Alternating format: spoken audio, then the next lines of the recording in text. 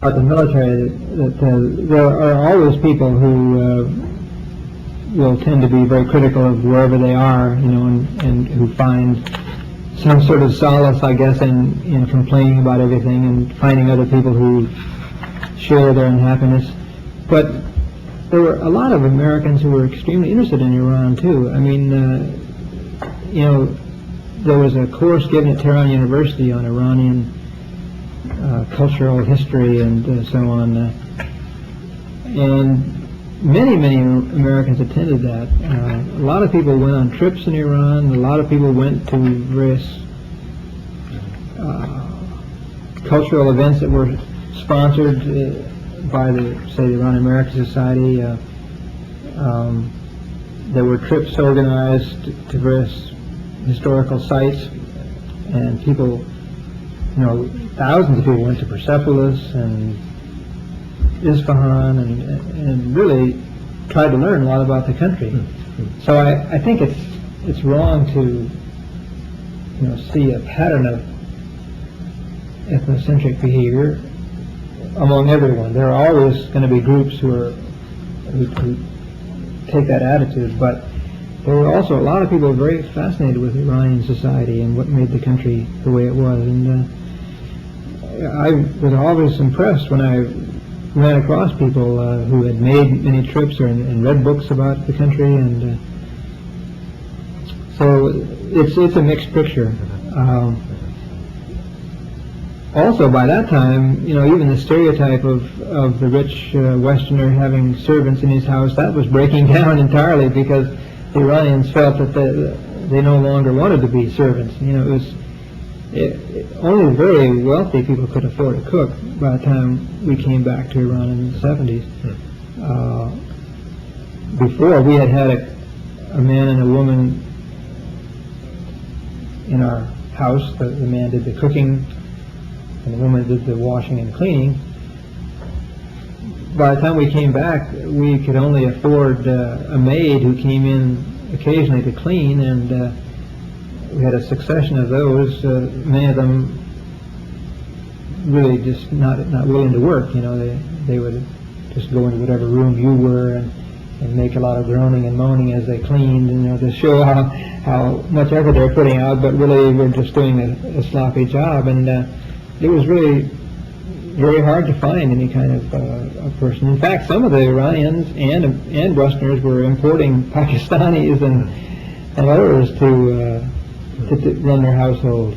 So I think it was unusual for Americans to have servants in Iran when I came back. A lot of Americans did their own cooking, and maybe they just had someone come in and do some of the cleaning or washing, but basically a lot of American wives followed a schedule that was not unlike what they do here. Cooking and cleaning, caring for the family, taking children to athletic events and plays and maybe ballet lessons or whatever. I mean, there were all kinds of things like that going on. So it really wasn't, you can't really equate it with India, where you might have routinely 5 or 6 servants doing everything in the house. It wasn't that way in Iran when we came back. It was very unusual to find families with even one full-time servant. Now, in his book, James Bill has a very interesting analysis of figures from the world of American corporate law and finance industry and high-level politics, but the figures who constituted the bedrock of support, the bedrock of U.S. support for the Shah. And the shorthand term for this is Pahlavism. Now, from your own experience of the embassy in this period, the 70s, or even earlier, how much of a sense did you get of who the influential private individuals and institutions were who sought or who favored a close relationship politically and economically with the Shah? Well, I think the way he's phrased it is quite correct. We would see frequent visitors from among that group of people that he cites in the book. These were people who came frequently to the country. The Iranian government was extremely active in bringing people to the country for tours. I mean, they routinely brought groups of Americans in and gave them tours around Iran, and of course they had, during this period, they had periodic festivals, fine arts festival in Shiraz that they organized, Aspen Institute seminars, and did a lot of activity of this type, and they brought not only American but other foreign visitors in for these affairs. And there were a lot of papers prepared and theme conferences held. Iran was a very popular destination for various organizations to have a conference, an archaeology conference or a sociology group or a historians meeting or whatever. I mean, they really catered to this kind of activity, and they brought a lot of people in.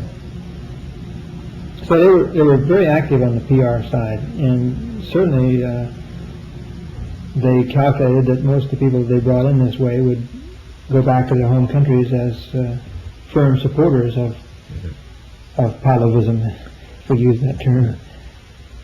Well, in terms of your own observations at the embassy, were any individuals, names of any people stand prominently in your mind of people who were influential in terms of affecting American policy?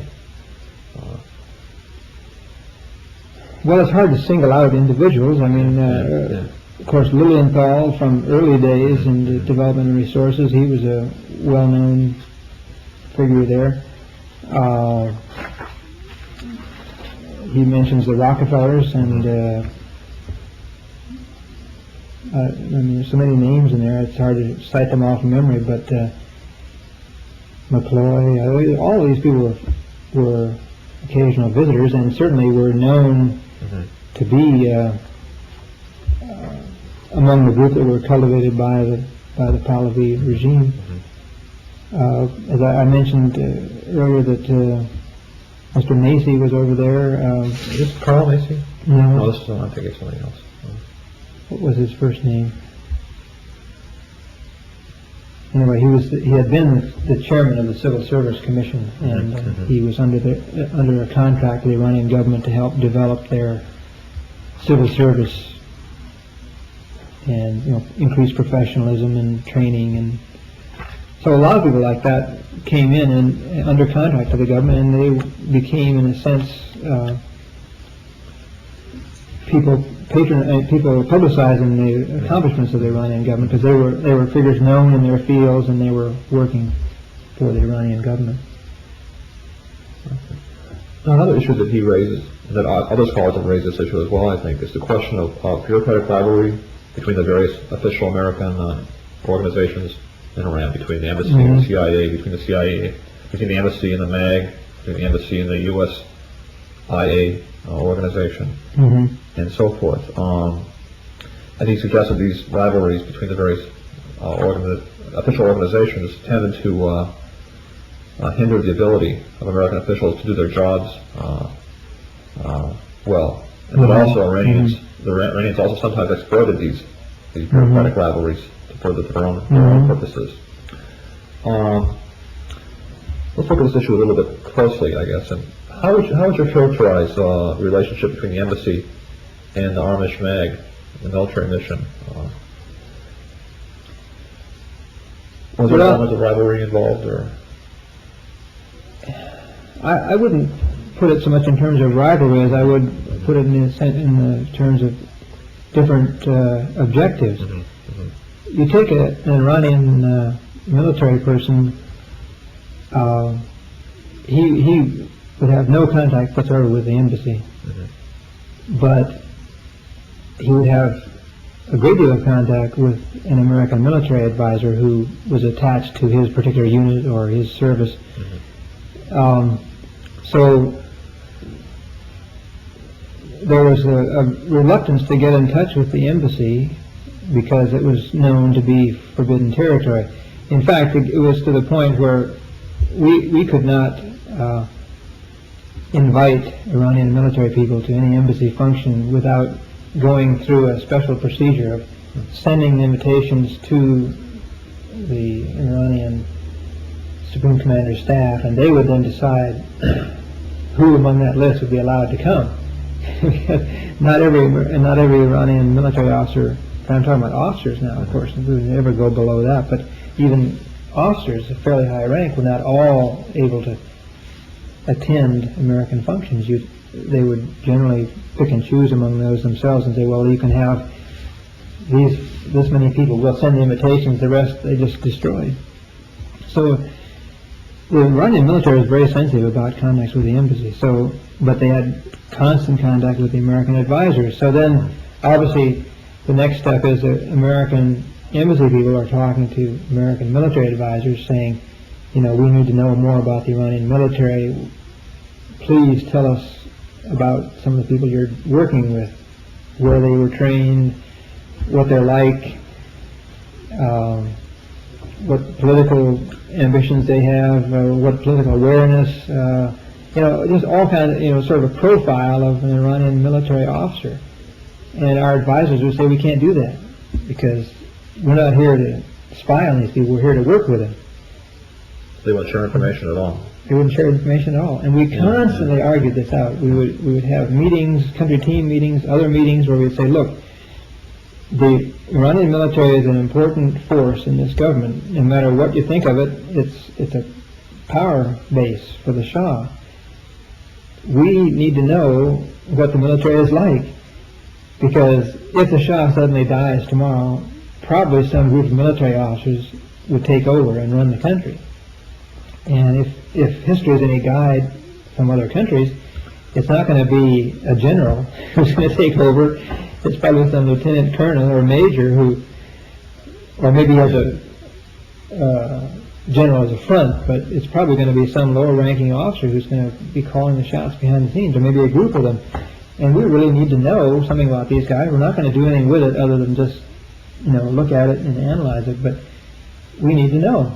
And they just consistently refuse to do that. They said, our job is not to spy on these people and tell you about them. Our job is to work with them in a military context, give them advice, help them train their troops, help them utilize the equipment they're getting, and that's it.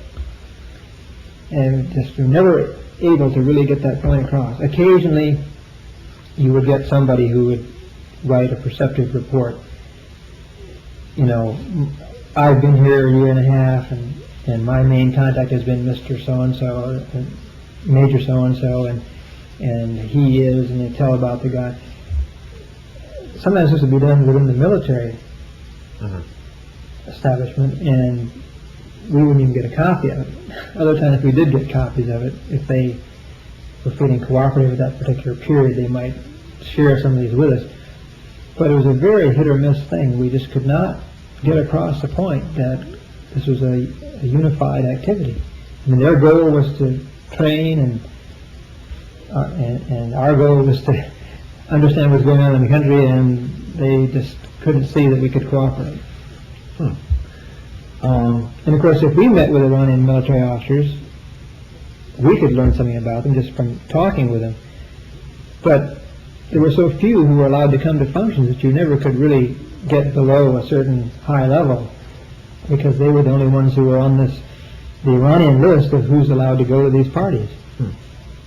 Because they too felt that if we started in meeting some of their people at a cocktail party, we might cultivate them and learn more about them, and they just wanted to sort of keep at arm's length from that. That's interesting.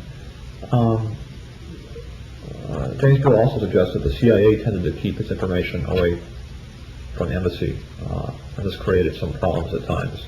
How true is that from your experience in the 70s? Well, that's much less true. We had quite a cooperative relationship. On a personal basis, we interacted constantly. We knew each other, and we shared information, even if maybe the institutions that we worked for didn't always direct that we shared. We shared on a personal basis. I would say that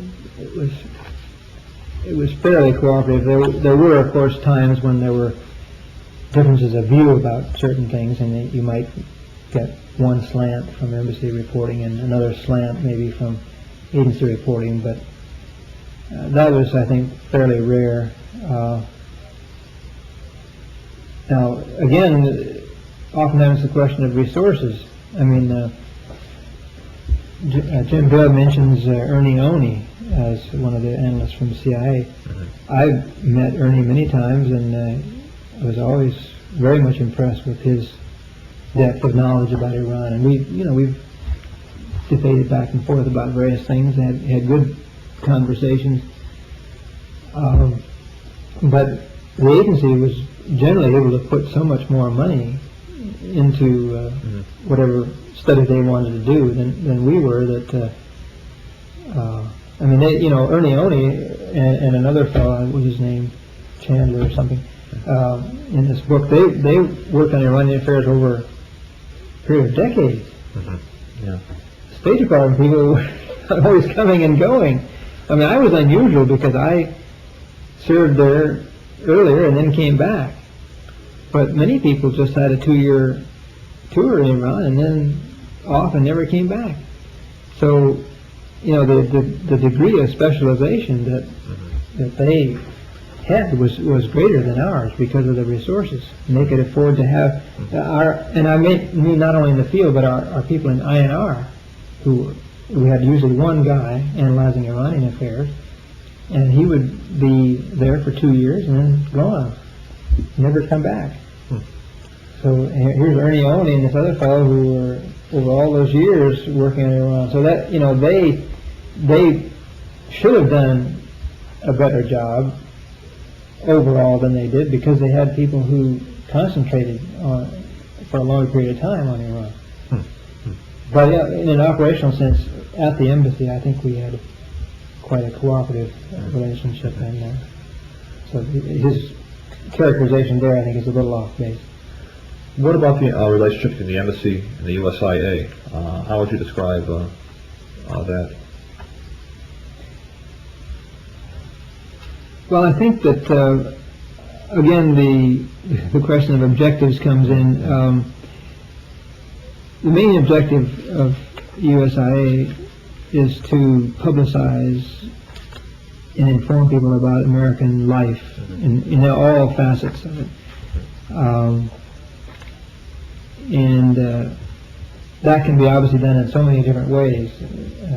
And at various times in their history, they've emphasized more one method or another. In earlier days in Iran, it was the film show. They would send mobile teams out into tiny little villages and hook in and set up a screen and send around by word of mouth and by notes. In fact, there would be a film showing that evening, and the villagers would crowd around, and they'd see 2 or 3 films, and wasn't this wonderful? American technology is right in our little village, and that was a big deal. By the time I came back there in the 70s, that approach had been pretty much put aside, and we were dealing with both the Iran American Society as an institution, with all kinds of visiting Americans who came and gave speeches and talks about various things, and a whole range of publications that were dedicated toward different groups in society. We had one sort of picture book with limited captions and short articles that we put out. Mars How You Know, New Frontiers, or New Horizons, something like that is the translation. Mars is a border, so it's sort of new borders, but yeah, the further idea was New Frontiers or whatever. And that was this very nice publication done up with a lot of pictures and short texts and so on for sort of general distribution. Then we had some more intellectual magazines with long articles, just a few pictures. We had really something for everybody. We had, of course, our daily wireless bulletin that we sent out. We had Farsi texts of any declaration that was made that was felt worthy of further distribution. We'd have that out in Farsi within a day or less. Tremendous activity on publications, and I think there was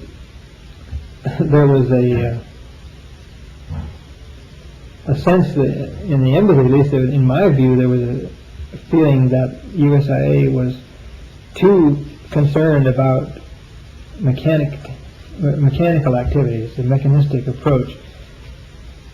In fact, you would see it in the USIA reports. You'd say, we have placed 25,000 column inches of stories in this month's publications, and we have distributed this many thousand of that publication, and so, as if just the fact of sending out all these things had accomplished a goal in itself. And we told some of our friends in USIA that we would buy a little bag of nuts in the bazaar, and it would be made from pages of an American magazine, and you could read it. Of course, you could also buy nuts in a cone made of some embassy report, some unclassified report that had been thrown out, and they saved these things, and they made a little a little cone-shaped device to hold peanuts or whatever.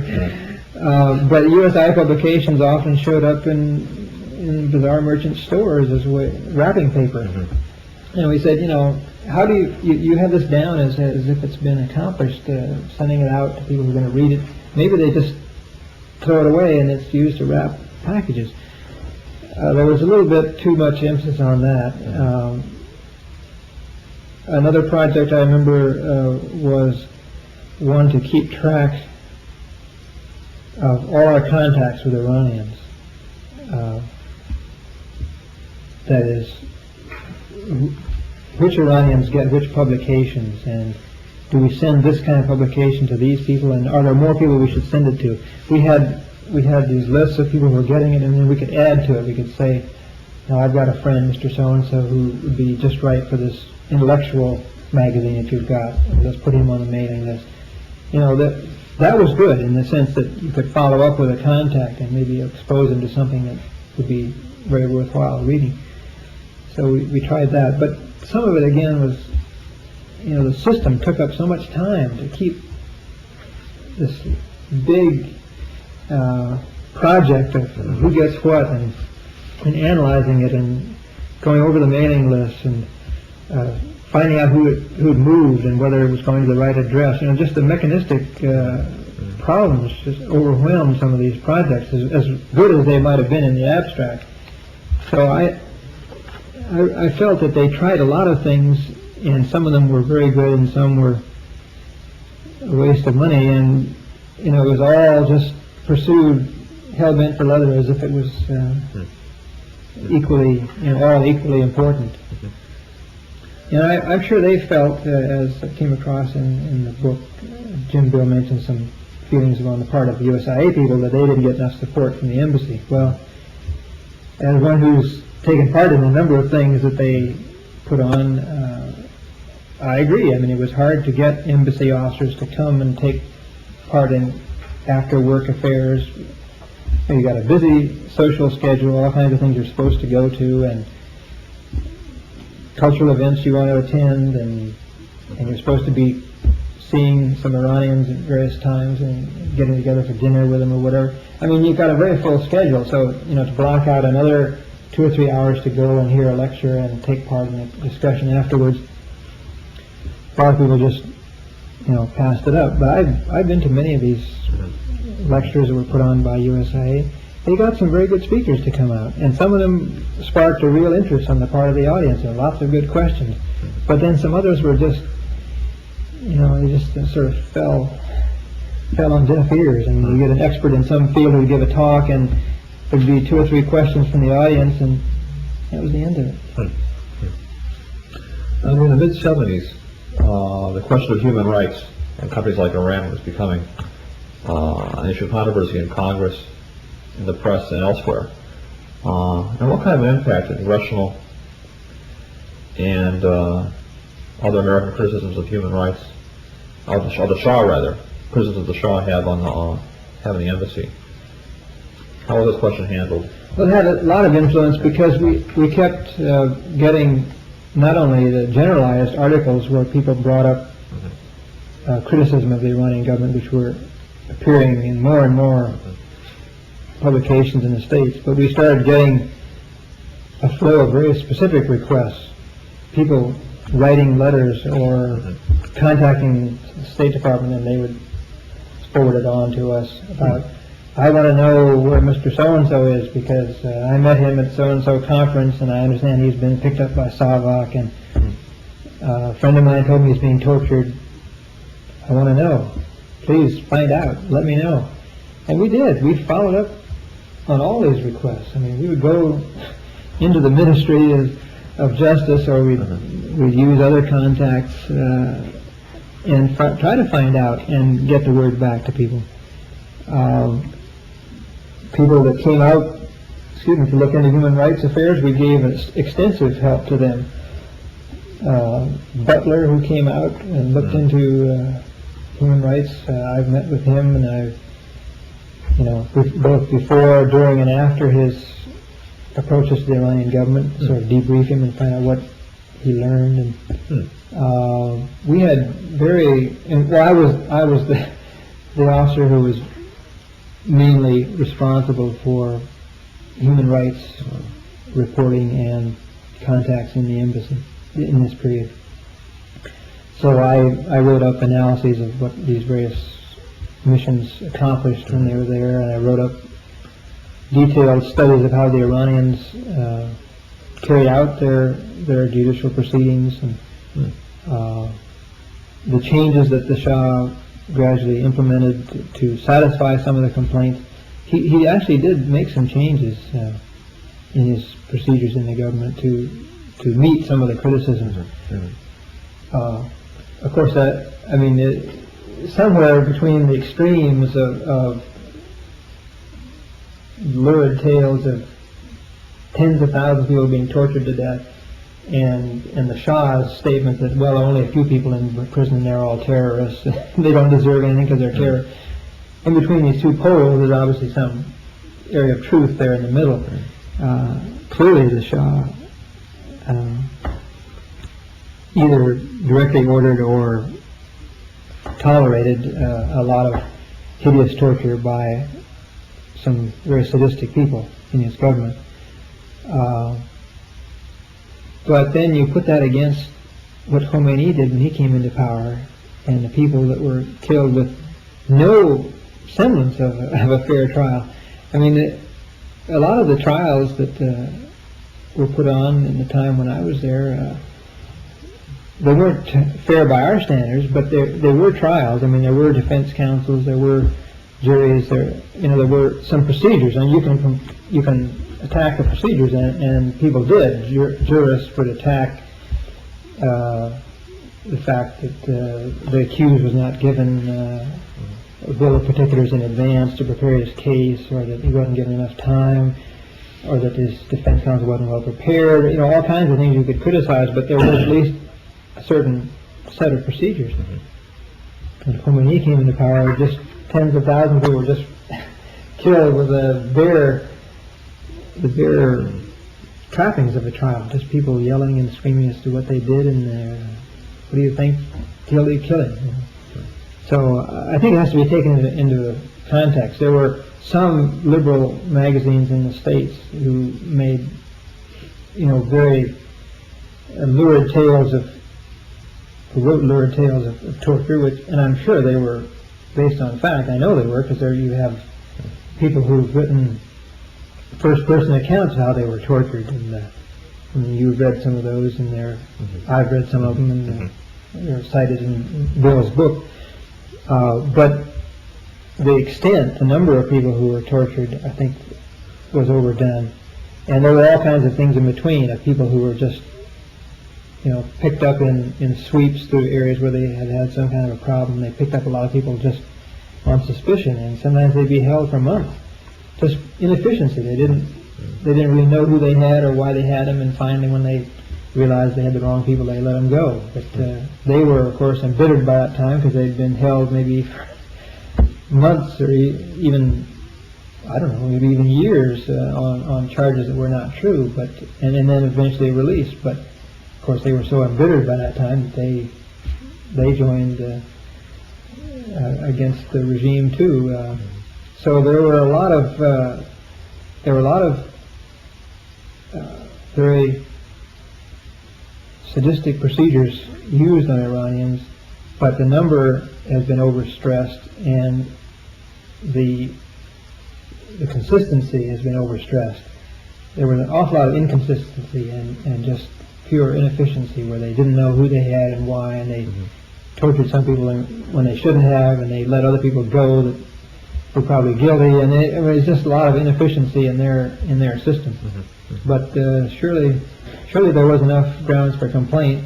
But it is true that the Shah made some changes to accommodate some of the views of these groups who came in and made quite thoughtful studies of the Iranian judicial system and how it worked. I guess this is more towards the end of your stay, that these developments were occurring in 76, after 76. Right. Yeah. Was there much of an effort made by higher level officials at the embassy to try to deflect American criticisms of the Shah? No, because the things we got were generally, as I mentioned, some very specific questions about Mr. X, who hasn't been seen. His family says he's been picked up, and so-and-so wants to know, and would please find out. So we'd find out, and we'd send the word back through either directly to the person or through State Department channels. We did a lot of just fact-finding, looking into the situation and trying to tell people back home just what the situation was.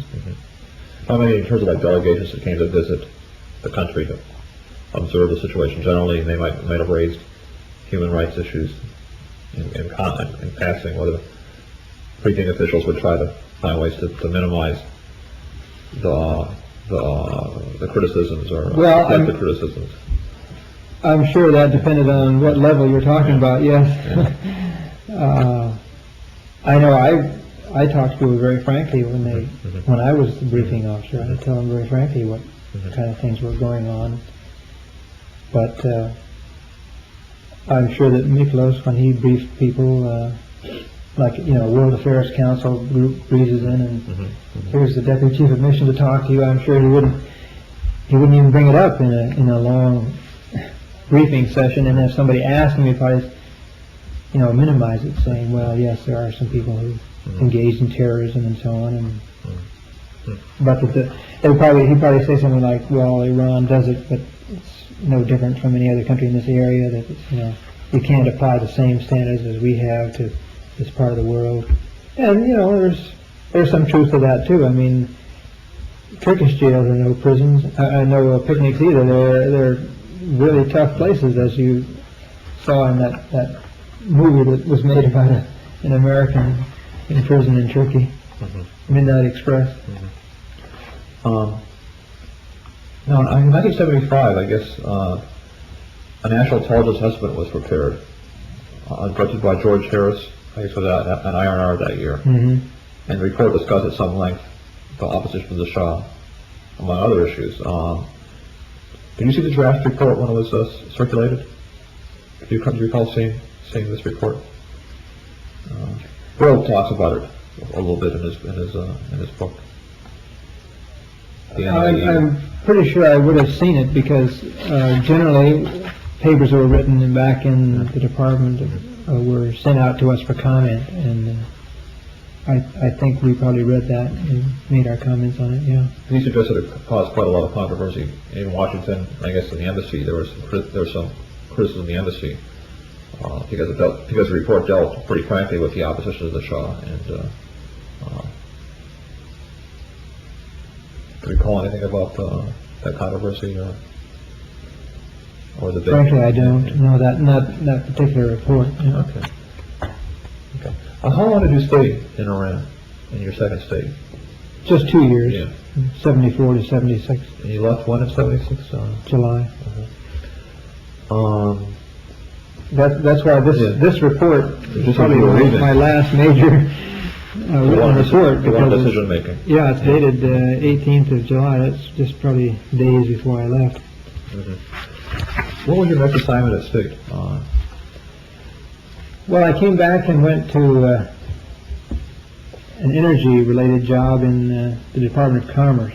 Oh. We had an exchange agreement between State and Commerce, and I was in that for a little over a year. Then I went to the Department of Energy because the office that I was in Commerce was made a part of the new Department of Energy, which, as you recall, gathered together all parts of the government that were dealing with energy and put them under one head, under Schlesinger. So I went with that group and finished up my 2-year detail with DOE. And then at that point they offered to send me to Antwerp, Belgium as Consul General, so I went there for 3 years, 78 to 81. So I was in Belgium when During the revolution. When the revolution occurred, yeah. But you know, I should say that before I went off to Belgium, I still kept up with some Iranian events because I knew the desk officers working on Iran. And I met some people. I met Sullivan before, you know, when he was in on consultation, and I heard several of the presentations, including Bill and Zonas and others that were financed by INR. Oh, only 78? Yeah. I guess before. Right, when they wanted to get an assessment of where Iran was heading, and they brought these people in, and I attended some in summer of 78. Early summer, must have been early summer or spring of 78 before I went out. I remember particularly going by the desk and reading a report that talked about various demonstrations that had occurred in widespread parts of Iran where people had sacked railway stations and attacked Savak posts and gendarmerie posts and so on. And at the end of this long litany of all these various attacks, the embassy said that it had been unable to establish any pattern that coordinated all of these attacks. So apparently there wasn't any organized activity to direct this. And I said to the people on the desk, I said, that's exactly the wrong conclusion, because the fact is that if all of these separate activities are taking place against the regime and they're not coordinated, that shows that it's really serious, because it shows that it's widespread among the populace, that they're unhappy and even, you know, angry at the government, and that's why they're taking out their frustration on these government offices. But the embassy, I thought I sort of missed the point on the whole thing. This is the embassy perspective you're talking about. Yeah, the embassy's perspective in this reporting that I was reading. So I thought they were, you know, misconstruing the importance of these wide-ranging and uncoordinated attacks. That's very interesting. During the period of the revolution itself, well, this revolution deepened in mid-78 and continued to early 79. Were you contacted by anybody at the State Department, or did you have any? Were you in touch with anybody? Well, I was in Belgium, as I say, and of course I started to learn some of the details of what life was like in Iran after the revolution from some of the Iranians who applied for visas, because they were coming to Europe any way they could, getting out of the country, and then a lot of them were trying to get to the States, so they'd come in and apply for an American visa. And generally I interviewed them then, you know, in addition to questions of the visa. I just asked them some general questions about life in Iran, so I learned a lot of details there. Also, I learned something about the revolution and the aftermath from Moghadam, who fled to Paris after he got out of Iran, and he came to visit me in Antwerp for a couple of days and had long talks, and I reported some of the things that I was hearing from him back to the department. So I was aware through the information copy phenomenon of various things that were happening. I was seeing some of the reporting from Iran, and even in my post in Antwerp, there were info copies being sent to Brussels, and I would get a copy of those. So I was keeping up in general terms. From your perspective in Antwerp, what was your assessment, or what do you think of the way that the Carter administration approached the revolution? Well, Of course, I was seeing everything after the fact. That is, I wasn't seeing anything that was sort of in the way of a think piece or how should we proceed, what should we do. All I was seeing was the reporting of things as they transpired.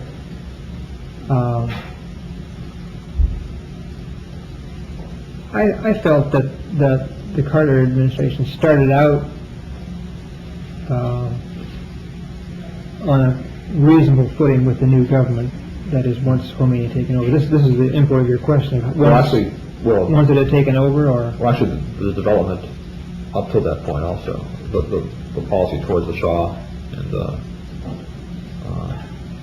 well, I was appalled by the fulsome praise that was being given to the Shah in toasts and so on by Kissinger and Carter, when Carter visited there and made these very effusive toasts about this wonderful world leader about whom, and Kissinger was saying we've come to learn from this experienced world leader, share views with him and learn his insights into the world that will help us. I mean, it just, to me, it was just so far overblown that it was ridiculous. I mean, again, as I say, I never was one to say that we should have just in some way gotten rid of the Shah, but by the same token, I think we made a tremendous mistake putting him up on a pedestal and forgetting about his problems. And we've got to see this man, warts and all. We have to know what we're dealing with, and we deluded ourselves in those toasts that I read of Carter and Kissinger at various times, just praising the Shah to the sky as if he was a paragon of international knowledge, and he wasn't. I mean, he made some very clever moves in some ways internationally, but as a leader of his own country, he made a lot of terrible mistakes, and he's the one that suffered for him. And as Bill said, the Shah started lashing out at everyone once he left the country. It was everybody's fault. It was the United States' fault. It was other countries who undermined him. It was the Congress's fault. It was everybody but himself. I mean, he never felt that he'd made any mistakes. There was all these other people who had undermined his authority. He had all those years to do something with this country, and he made a lot of foolish mistakes, and in the end he paid for it. That's my view. And as I say, I think the relations with Iran were totally mishandled in those last days of the Shah's regime, because and I mean by the government in Washington, I think credit must be given to the people at the embassy that they were finally convinced that the Shah was on shaky ground, and that we had to make a move to pick up some pieces and start getting to know who Khomeini was and making contact with him. Even the Shah admitted that. But Brzezinski had this idea that somehow we could save the Shah if we just gave him a stiff backbone, told him we're behind him, we're behind you 100%, and this was not going to save the situation. There's a lot of debate as to the time frame, September, October, November of '78, whether the Shah could have been saved or not. And I've heard pros and cons. My conviction, and I've talked to some British diplomats who were there at that time who share this, and it's my impression that if the Shah had cracked down firmly on any signs of dissent as late as October of '78, he could have saved the situation. Now, Bill, this is where I part coming with Jim Bill, because he feels that the revolution had so much momentum by that time that no matter what the Shah did, he was already losing by that time, and that he couldn't have done things down. I think that's wrong. I think even with the ferment that was going at that time, if the Shah had been firm and consistent in applying force, that the Iranians would have grumbled, but everything would have settled down again. I think he could have saved the situation. But when it went beyond that, then you had the 40-day phenomenon, as you know, where, you know, on day X, students are killed,